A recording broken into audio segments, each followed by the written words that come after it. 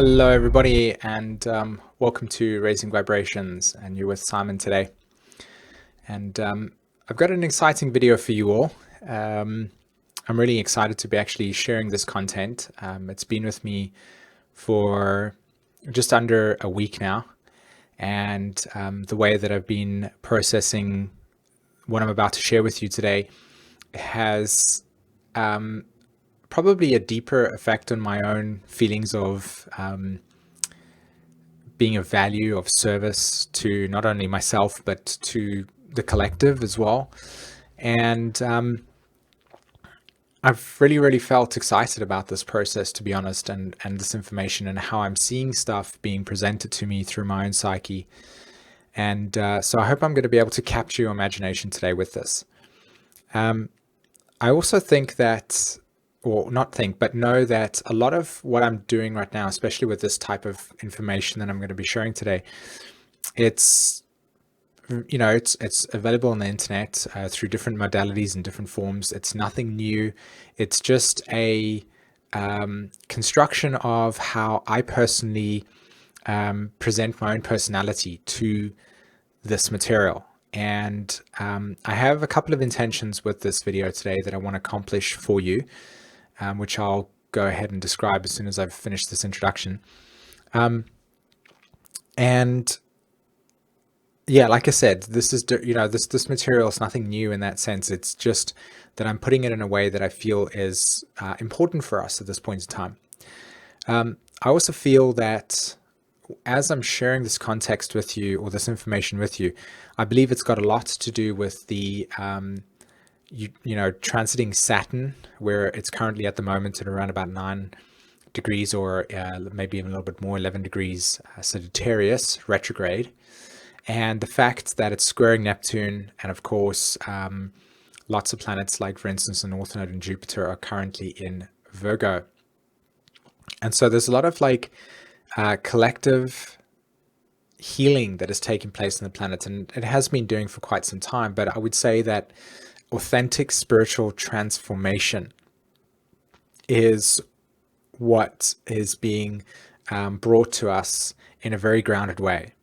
And this kind of material that I want to share with you today is doing that. Okay. And I did make a couple of videos. I have been making some videos recently where I'm following through with the promise that I had made, which was that this channel, this Raising Vibrations channel, is about taking the astrology and moving it away from repetitive personality trait descriptions to how do you actually use the energy vibrations to shift physical density in your body. Like, how do you actually have this heal yourself? So it's the next step, and connecting astrology to that process. So what you're going to be looking today, and this is the roadmap, I've got a couple of questions that I need answered. And so this is what this is going to do today. Healing the body is a big part of authentic spirituality, in my opinion. I feel that the body in itself is the vehicle for all of your karma through your cellular memory.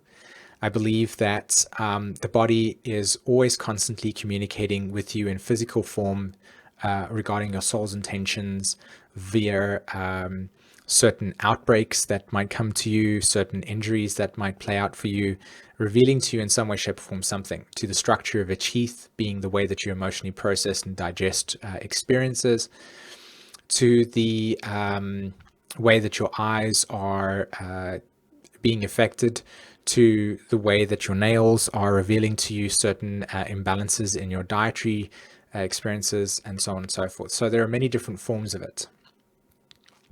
To, again, gout in your knee, and so on. So the body is like really the coolest place to hang out with, because it really does give you your physical expression of soul.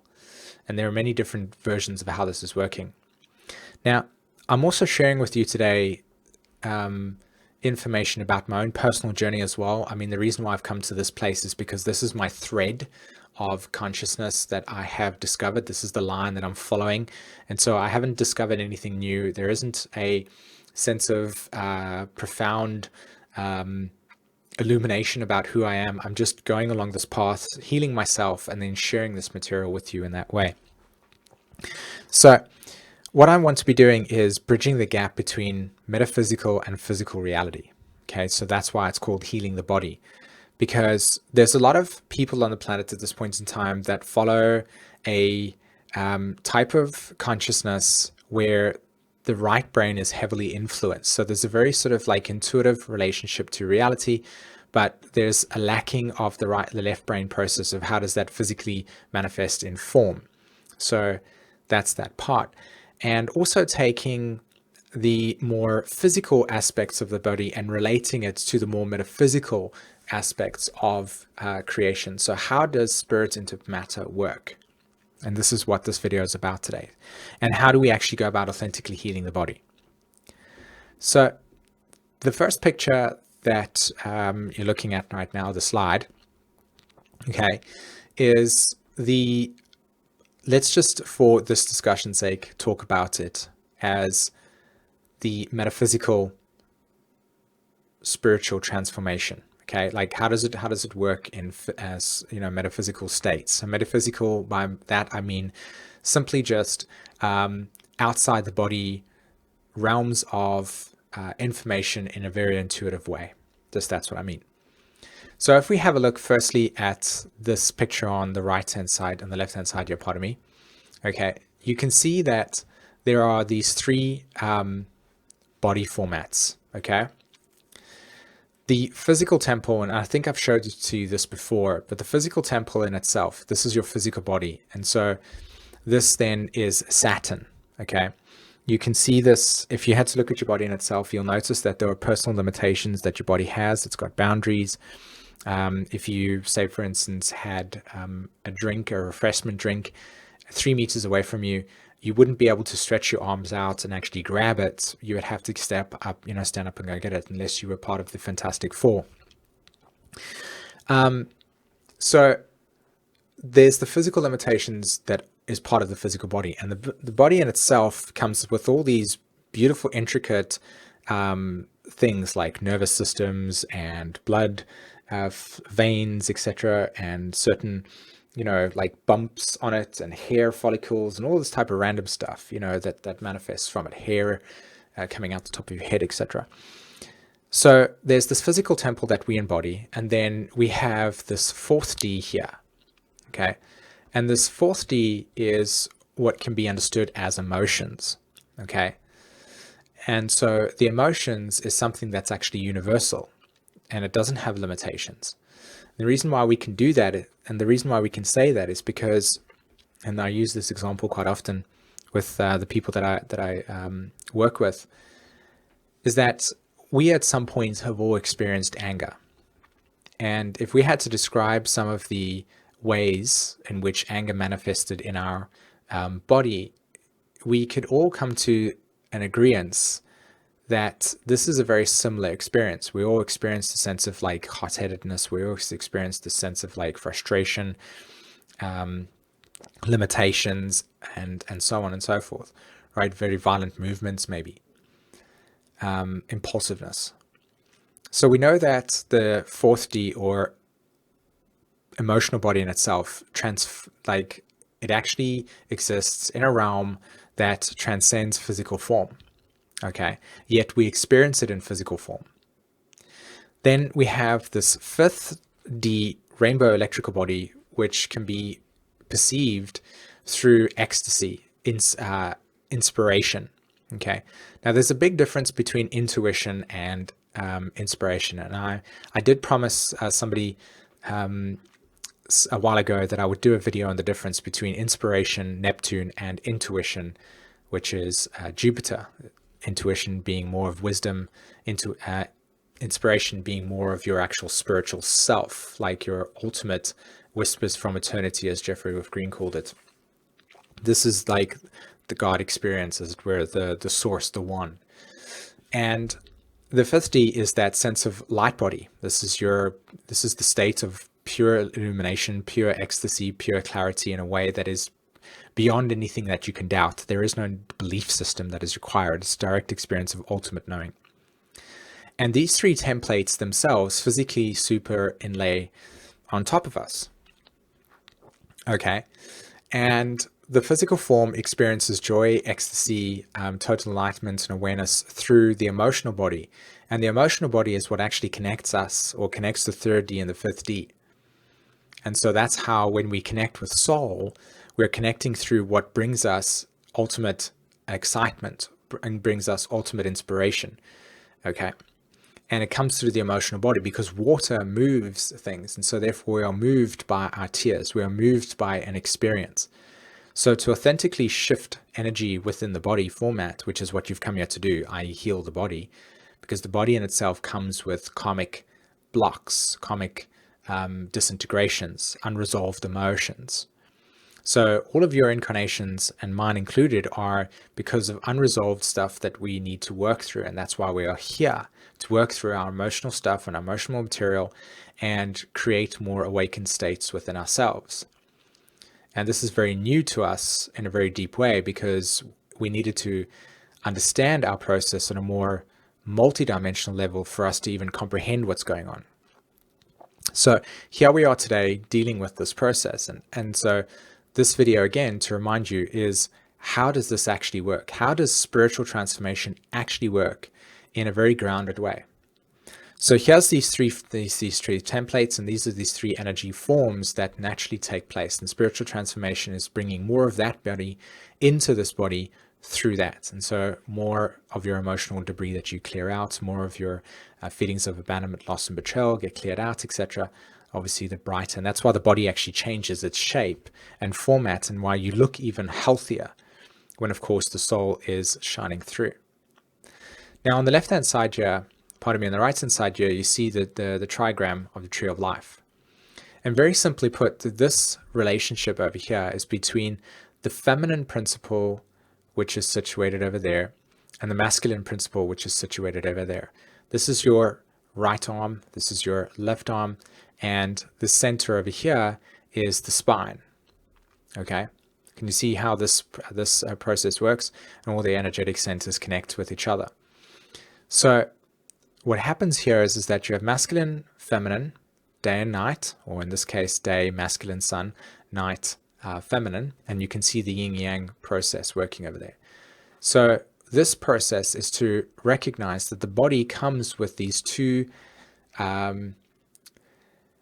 these three points, these three lines, okay? And so the arms themselves represent the masculine, feminine form, and then the spine, of course, is the center.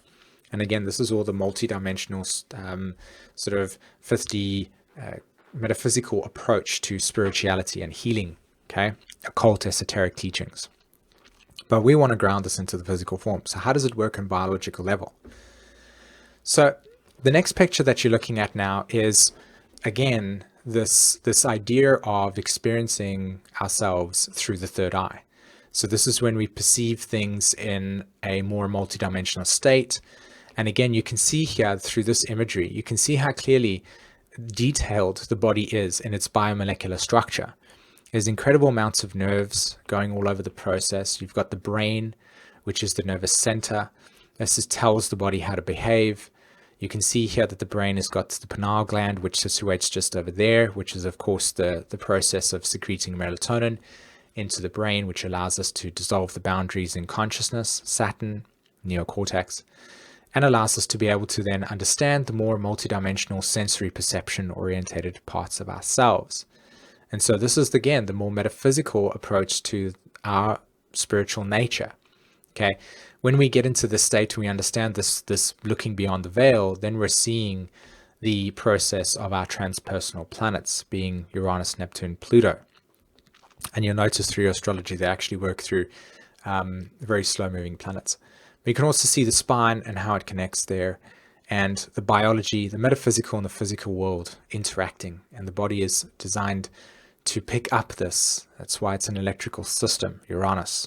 And the whole entire realm in which we exist within is electrical vibration of polarities of on and off and etc. So our bodies are electrical centers. And this is actually what Chiron means. Chiron is that electrical center that is specifically attuned to our personal evolution. That's why wherever Chiron sits in your birth chart, it will reveal to you specifically what is your sensitivity towards your own personal story. Because if everybody just had transpersonal planets like Uranus, Neptune, and Pluto, we would all just be lost. So we need this kind of antenna, this guidance system, this GPS. And so Chiron is the bridge. Chiron is the GPS that allows us to connect Saturn, physical senses, to the more metaphysical senses, which of course, Uranus. So we've got that picture. We understand this process. It's again very metaphysical, but we're getting a bit closer. And again, just with this picture here, illustrating where did these pictures come from? Question. We can see the DNA helix process manifesting through ourselves. We can see how there's this multidimensional vibrational sound element to how we are existing as human beings. And again, my question is, this is fantastic, but how does this work in a physical sense? How do we actually practically work with this material? How do we heal the body? It's magic that we have this awakened state. It's magic that we're in this all non-dualistic state of complete and utter love and oneness, but it doesn't matter, because once we have gotten to that state and we understand the reasons for what we are in that sense, now we've got to find out why. Like, why did I incarnate into the physical form? Because it was definitely not to ascend back out of it. I mean, this is the point. The point is that you incarnated into this physical form to work through your material and to create necessary spiritual transformation in yourself. So it doesn't make sense to go outside the body again and access the multidimensional states of awarenesses through that experience and then to just stay there. And this is a natural progress. You need to expand out of your original state to see this before you can come back into the body. So we're just coming back into the body now in this conversation, and we're working through that stuff. We're actually changing our molecular structure. We're actually making a difference in ourselves. Okay? So it begins with this process.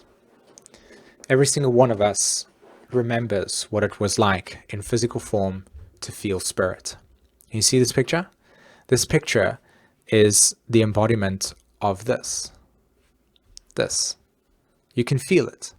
And again, we're using the fourth dimensional realm here to transcend the physical form to access that. And I'm going to show you how we do it right now. Let's describe this picture to me. You watching this video, and you're seeing how this child is running around. You can feel into the experience and know that this is carefree. You can feel into this experience of freedom and joy and ecstasy and a sense of wonder, a sense of travel and curiosity and openness. I mean, it's even more amplified through the fact that he's got all the flying gear on. And so the purpose of this picture is to illustrate that that's what we naturally are in our most organic state, in our childlike state. This is what it means to be free, is to be in this space within yourself. But as we grow up, we transfer from this state over here to this place over here. And this armor has so many different definitions to it. Like, for instance, when you look at the armor in itself, from the actual century that it comes from, we're seeing that there was a lot of war. There's a lot of masculinity. There's a need for protection from sharp objects. And so the opposite of what a child is complete and utter armored. And the reason why it's armored is because there's so much danger, there's so much chaos, and there's just a lot of need for a sense of protection. Really, that's what it's about.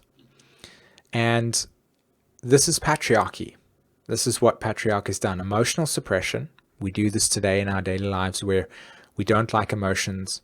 People that are free-spirited in themselves are often seen as wackos or misfits or irregulars, etc., in a world that is heavily patriarchal in its sense of wonder, mystery, joyfulness, all the feminine archetypal emotional realities that we experience. So we forget about ourselves and we allow ourselves with massive amounts of armor.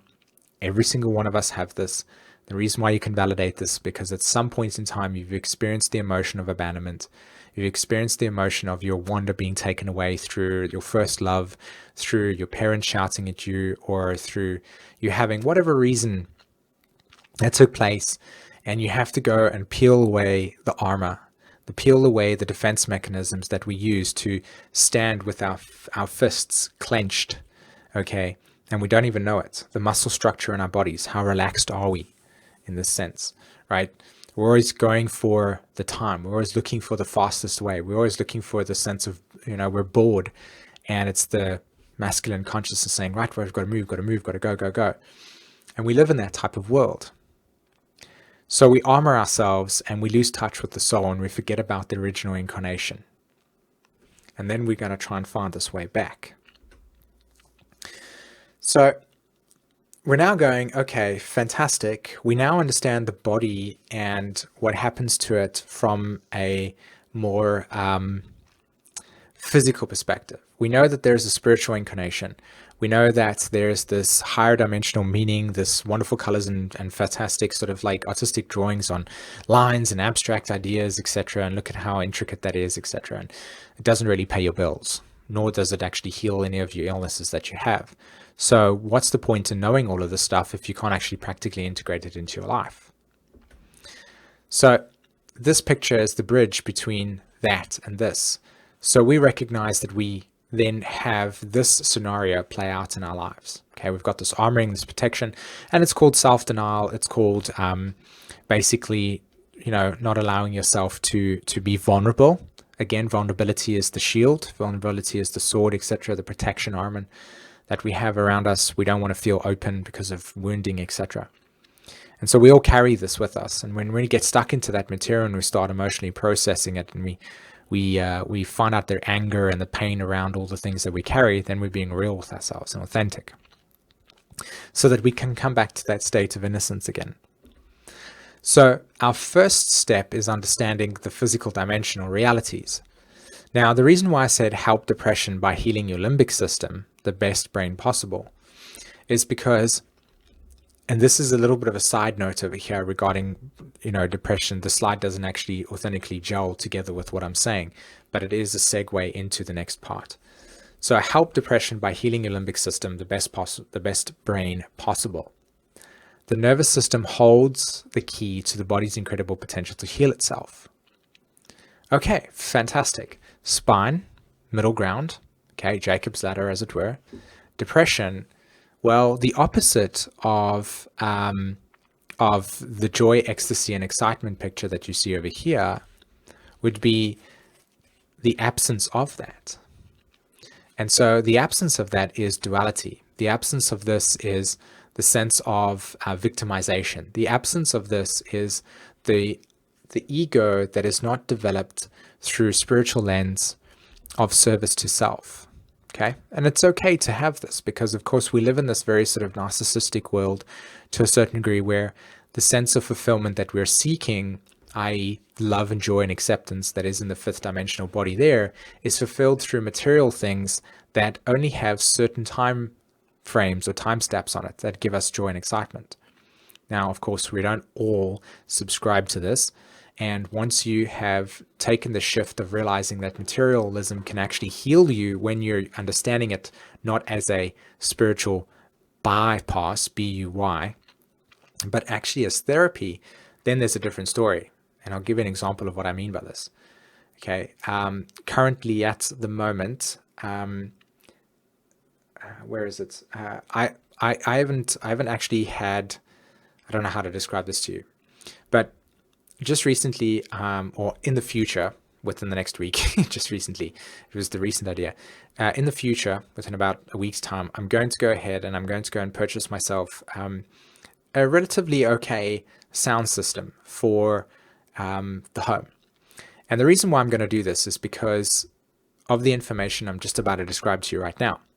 Now, I'm going to go and purchase a material object in order to create sound wave in the home as a therapeutic way to heal the limbic system. So now that you are conscious of the masculine creations that are on the planet, and you use it in order to heal your own personal story, i.e. that you use it for your own therapy, then you'll start to find that there's quite a lot of stuff out there that is designed that you can use creatively to heal yourself. Okay? And that it doesn't have to be used just because of some random, I don't know, whatever it is that, whatever it is that we purchase those things for, that we don't use it in a way that can help us or benefit us. Okay. it's a little bit murky in terms of what I'm trying to say to you right now, but I think you get what I'm trying to say. This has got to do with abundance as well, not having anything, etc., destroying the monetary system, and all these types of things. It's like, it's impossible. Don't try to do it. You will get overwhelmed by the enormity of the situation itself. One man cannot do it. So might as well just use it for your own advantage to spread awareness around these issues and get in touch with your own healing process and begin with your own story versus trying to save the world, because it's a very big task. So coming back to this original point, help depression by healing your limbic system, the best brain possible. I've said that a couple of times now.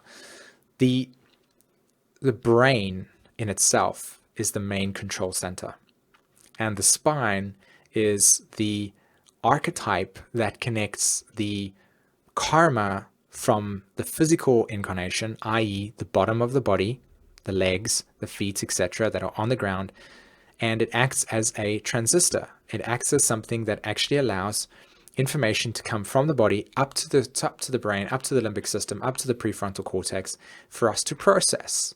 And then once we've processed it, we send information back down the spine to heal the body. It's just how it works. So how do we do that? Well, this dude over here, okay, I've been working with this for quite some time, and I've now got a deeper understanding of this process. Now, the first thing that I wanted to show you is this part over here, which is called the neocortex, or in this particular instance, the prefrontal cortex. The prefrontal cortex and neocortex in itself is a Uranian archetype, and it's directly related to our masculinity and our capacity to connect with each other, for me to be able to share with you and write, and for you to be able to click on YouTube and watch this video and understand what I'm talking about, right? And it also is the part of us that has the capacity to understand empathy, and for us to transcend the boundaries of physical awareness, and in order for us to understand these higher dimensional states of awareness, right? It's the human part. It separates us from the more mammalian part of the kingdom. So for instance, elephants, foxes, etc. Then you have the limbic system, which, as you can see over here, is this system there. Okay, it begins just under the neocortex and exists over there as well. As you can see, there it is there, and it comes there. And this is the emotional center. This is the part of the brain that I would constitute as the feminine archetype, and is also associated very strongly with, again, the mammalian part of us. So social inclusion, our capacity to be, to share, etc. Now, what's fascinating to me is that this part of this brain over here is where the development of our social conditioning, the rules and regulations, and our ability to behave in human form through social understandings and instruction. Pluto is moving through Capricorn. Okay, Pluto is the archetype of regrowth. It is also the ending of things. Capricorn is in direct relationship to the neocortex and the prefrontal cortex, because it's that part of the brain that allows us to define the reality in which we exist within. It's the capacity for us to develop language. So if the outer world is changing in accordance with how the world has been constructed in the past, then that would mean that this part over here would actually begin to be rewired and reshaped.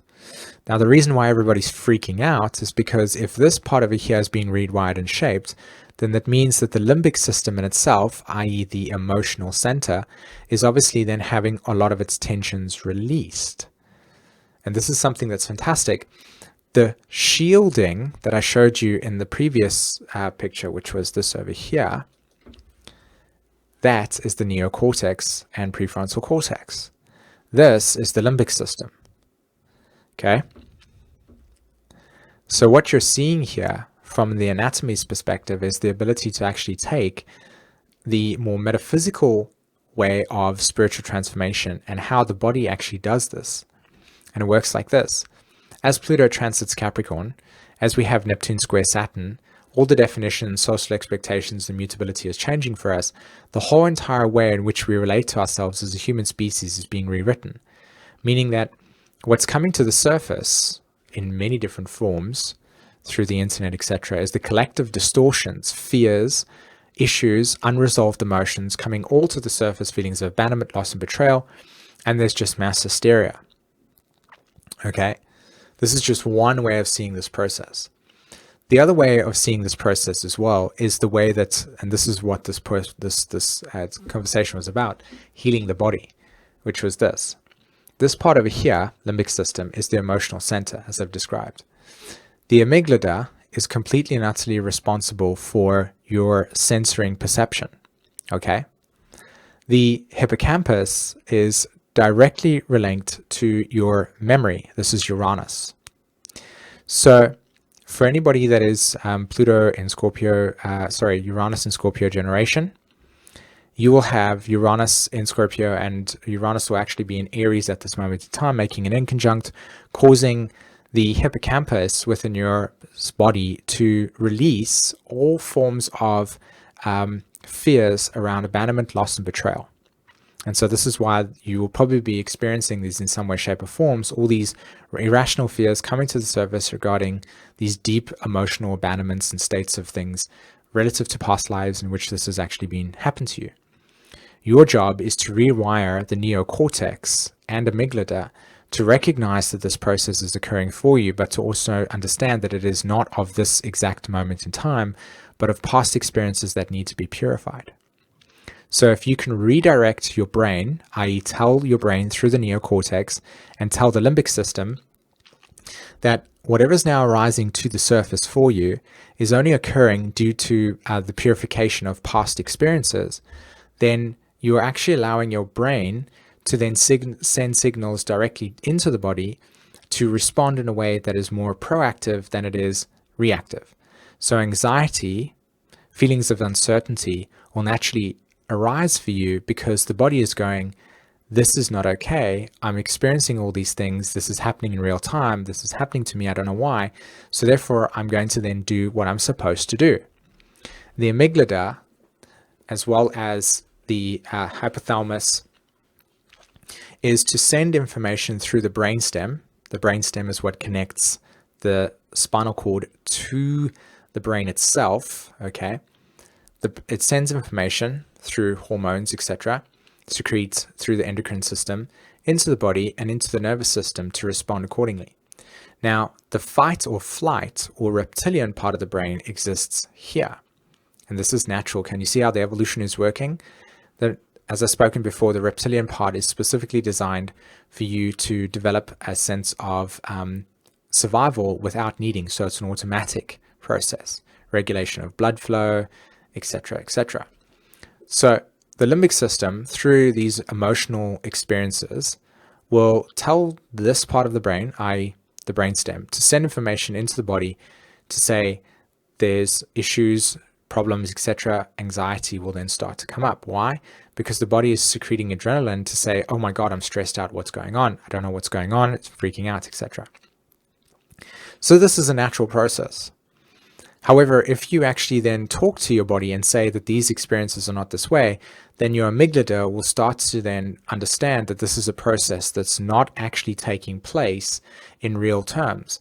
And that when you do have the feelings of anxiety do come up to the surface, you'll identify it as just more of a brain responding to the emotions that are not actually, when you objectify them, real for you in that moment, i.e. that they are real in terms of your experiencing, but they're not actually rational in that sense. They're rational because you're just on your couch feeling these feelings. And this is why healing the body is about understanding the limbic system, because the limbic system is the interchange between how the body is understanding itself. So the last thing that I want to bring in terms of the slide over here is these two states, and they're connected to the automatic nervous system. This is the parasympathetic nervous system and sympathetic nervous system. Okay, now if I had to take rest and digest, you can see here slow heartbeat, etc. This is all the nighttime activities, right? Parasympathetic nervous system, rest and digest. The body heals when this part of the body, or should I say the nervous system, or nerves, pardon me, the nerves are having hormones secreted to it to activate. So your constriction of your pupils, stimulates saliva, slow heartbeat, you're resting. And that's why when you notice this is the feminine form. This is the feminine archetype here, the feminine principle. It's receptivity, it's calmness, it's relaxation, it's chilled outness. And this is what will be naturally stimulated when you are in a feminine state. But we live in an overly stimulated masculine form, so therefore we have sympathetic nervous system, fight or flight. And this is when we are needing to then be engaged. So at the moment, you're in a parasympathetic nerves are activated because you're listening to this material. You are receptive to the material. You're kind of just chilled out. Your body's just acting normally. But at some point when you want to get up now and go to the toilet, for instance, or need to do something, your sympathetic nerves will kick in because it's a need for movement. Okay. And so your body will start to move in a way, increased heartbeat, moving the blood through the circulation, the brain will start to activation, and you'll start to think more, be receptive, communicate, etc.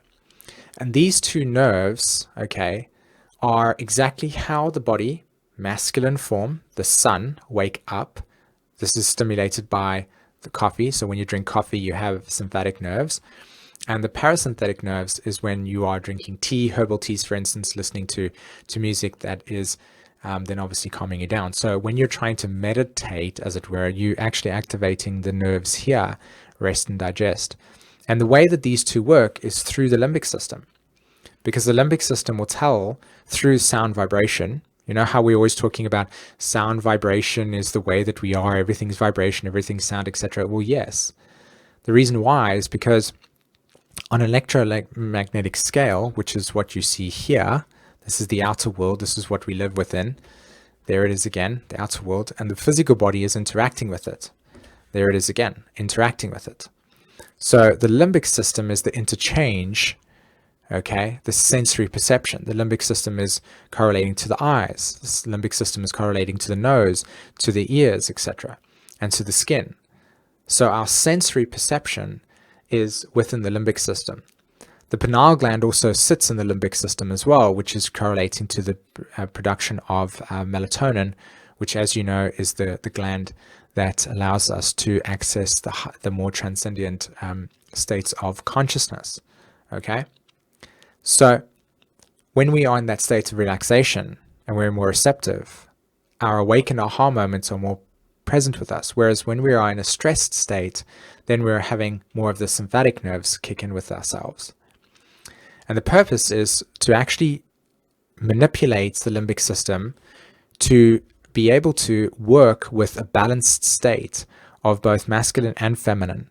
In other words, during your routines, you want to be sleeping enough so that your rest and digest parts of your brain work and your nervous system is working, so that when your sympathetic nerves kick in, there's enough adrenaline for your or adrenal in your body to move around. And so when you're getting tired or fatigued, it's usually because the sympathetic nerves have run out of adrenaline, and therefore they need to now work with a more rest and digest system, parasympathetic, night, day. So healing the body is actually about taking the physical forms of the body, these two over here, and connecting through the limbic system, through sound wave music. So in the description below, I've linked something that was created by Beethoven. He actually created the symphony when he was healing himself. He wrote this piece. It's Beethoven Movement 7, Beethoven Symphony 7, I think, Movement 2. I can't remember exactly which symphony it was, but it's Movement 2. It's in the description below. Listen to it. Listen how it stimulates your limbic system. Listen how the natural way in which sound vibration is healing your body in that sense brings up the emotions to the surface. And then when the emotions are brought to the surface, then you actually transmute them energetically. So this is the body in itself. This is the limbic system, which is the fourth dimensional state. And within this place over here, you want to be clearing this so that the pineal gland, when secreting melatonin, and when you're experiencing emotions, you're experiencing it to their fullest. And what's happening is that there is a sense of serotonin being sent to the prefrontal cortex, and not the limbic system sending stress signals and horror and terror and fear down to the brainstem, which is then obviously setting your motion into muscle tension versus relaxation. You see, you want to be in the parasympathetic nerves a lot of the time because it's relaxation. Okay, awesome. So this is part 1, and I'll bring you guys part 2 within a couple of days. I really hope you enjoyed this, and until then, take care. Bye-bye.